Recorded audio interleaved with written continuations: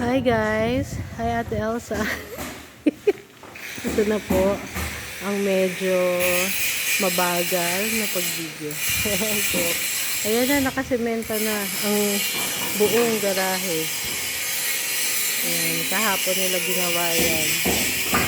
So, ngayon, pinifinish na nila yung pagkabit ng hamba ng pinto. Yung pinto daw, mga next year. Joke lang. Pagalitan tayo. Parating na rin kasi ang pinto. Ayan. Nandun yung dalawang interior designer ko. Wow.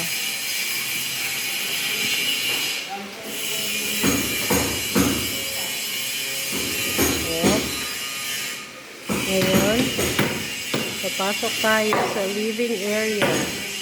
Pasok po. Mahirap para maging cameraman na mabagal. Itong wall na to, dito yung dito ilalagay yung TV. Yan din gagawin yung TV rack. So, sa harap niyan, ito, yung living room. Yan naman yung mga sofa and yan, nakadrop yung ceiling rod. So, after naman itong sa living, ito na yung dining area. Medyo maliit lang yung paglalagyan natin ng dining table. Kasi syempre, maliit lang yung space. So, pwedeng dyan yung dining area. Tapos, ito yung nook. Pwedeng dyan ang dining area or pwede rin naman dito. Oh, ayan, yung pwesto nila Kuya Orpin. Yung lamesa. Yan yung dining area. So,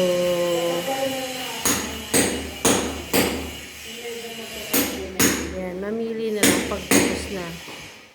Tapos, sa tapat ng dining area, yung room naman ni mother. Yan, naka-hidden yan. Hidden door ang design.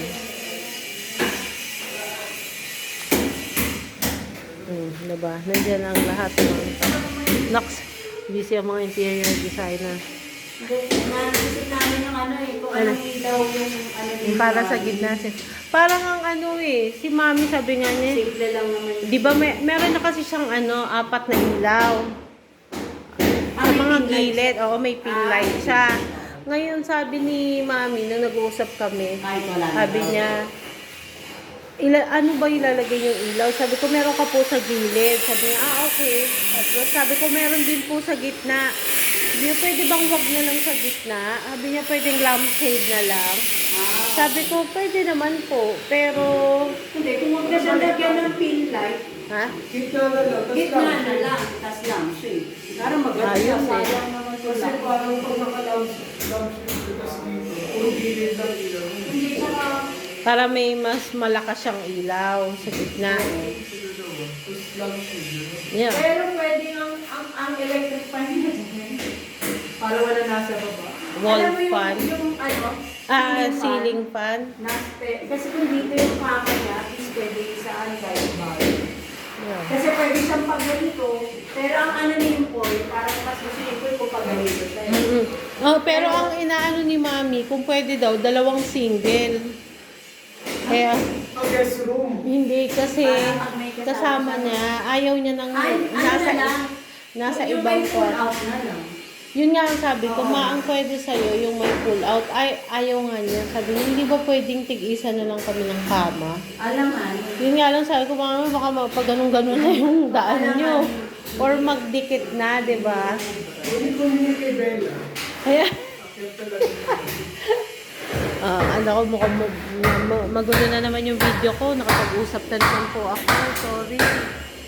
Ayan.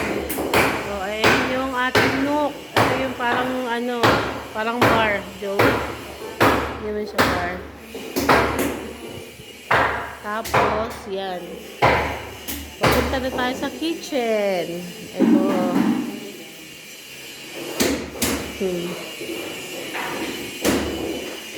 Naka-cover na po ang kitchen kasi baka madumihan ng lahat.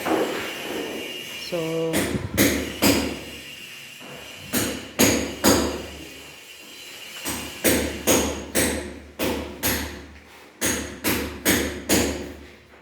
Yan. So, finalize na lang nila to. Yung sa ceiling dito. Kung anong i-design dito sa taas. Yeah.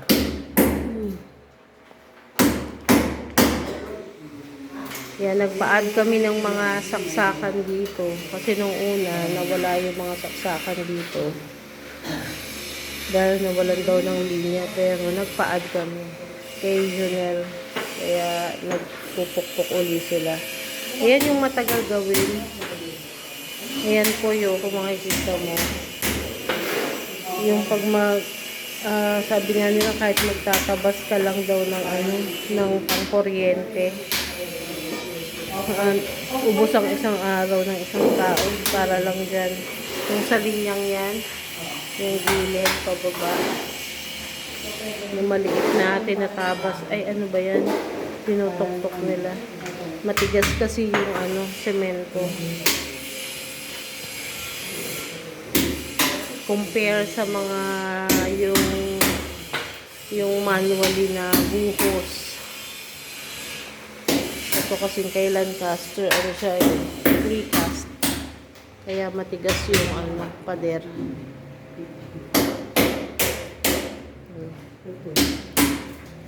Okay na. 36. Pwede itong papalayin mo.